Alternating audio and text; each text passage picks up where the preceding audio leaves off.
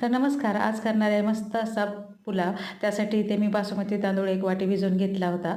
नंतर आपल्याला मसाल्यासाठी लागणार आहेत, मी काजू घेतलेले आहेत, मोठी विलायची, छोटी विलायची, इथे मिरे, लवंग, दालचिनी, तमालपत्र आणि लसूण ठेचून घेतलेलं आहे, वाटाणे घेतलेले आहेत, कांदा उभा चिरून घेतलेला आहे आणि 2 मिरची घेतलेली आहे.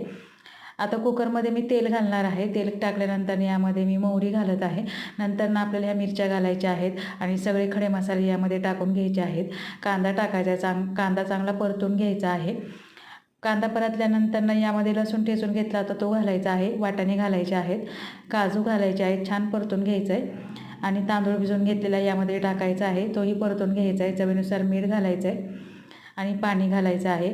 आणि हा पुलाव तुम्ही करून पहा, खूपच छान लागतो, एकदम टेस्टी लागतो. यामध्ये हळद घालत नाही.